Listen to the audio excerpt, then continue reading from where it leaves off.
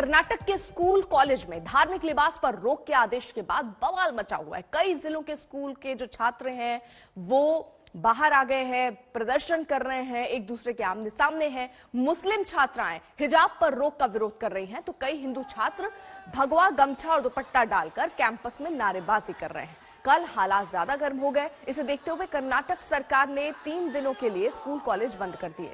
Karnataka high court में इस मुद्दे पर सुनवाई भी हो रही है। मुस्लिम छात्राओं ने हिजाब पहनने के अधिकार को बहाल करने के लिए कोर्ट का दरवाजा खटखटाया था।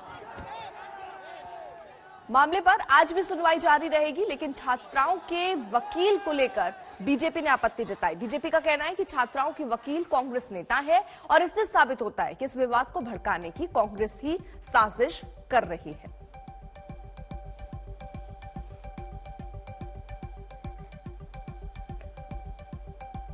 तो 5 छात्राओं ने दरअसल अर्जी दी और उसके बाद ये मामला कोर्ट तक पहुंचा। कल भी सुनवाई हुई, बकायदा कुरान की प्रति वहां कोर्ट की तरफ से मंगाई गई। आज भी सुनवाई होनी है और संभावना दिख रही है कि हो सकता है आज ही इस पर फैसला भी आ जाए। लेकिन एहतियाती तौर पर 30 से 35 कॉलेज हैं जिन्होंने कॉलेज को बंद किया है इन स्थितियों को देखते हुए, क्योंकि कॉलेज के बाहर जो छात्राएं हैं, छात्र हैं, वो बेहद नाराज हंगामा करते हुए नजर आ रहे हैं। कर्नाटक के हिजाब विवाद ने यूपी की चुनावी सियासत में भी एंट्री कर ली है।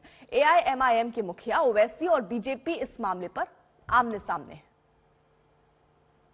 बीजेपी की सरकार कर्नाटका में गैर जरूरी के जुल्म कर रही है, संविधान के खिलाफ काम कर रही है, बल्कि संविधान की आर्टिकल 15, 19 और 21 का ग्रेव वायलेशन हो रहा है कि वहां के महिला बच्चियों को स्कूल में और कॉलेज में हिजाब पहनने से रोका जा रहा है।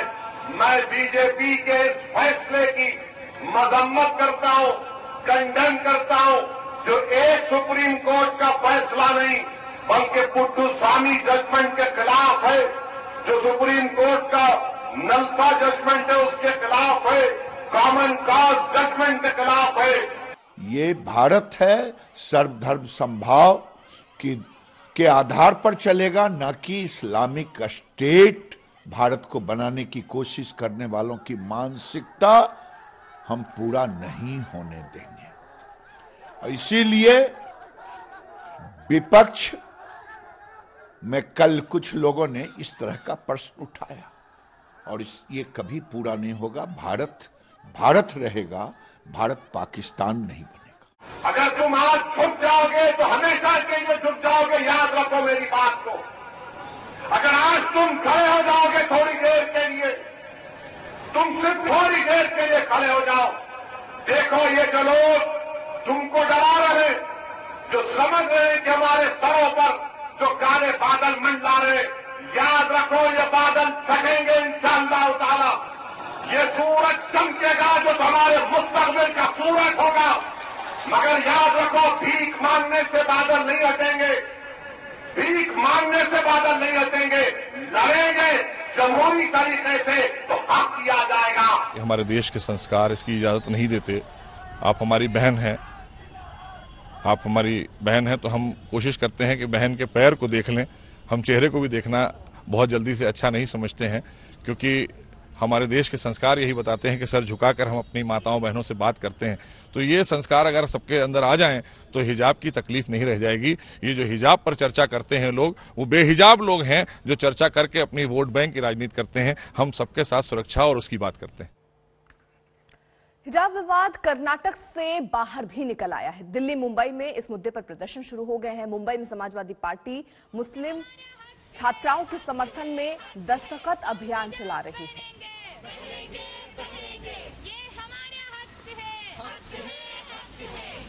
तो अब राजनीतिक दल भी खुलकर सामने आते हुए, और ये तस्वीर अब कर्नाटक से बाहर भी देखने को मिल रही है। मुंबई में, दिल्ली में, अलग अलग जगहों पर हम देख रहे हैं कई लोग अब सड़कों पर इसलिए उतरे हैं, विरोध प्रदर्शन जता रहे हैं। हालांकि आज नजर कोर्ट क्या कहता है उस पर भी रहेगी, क्योंकि आज संभावना जताई जा रही है कि फैसला आ सकता है, कोर्ट अपनी टिप्पणी दे सकता है।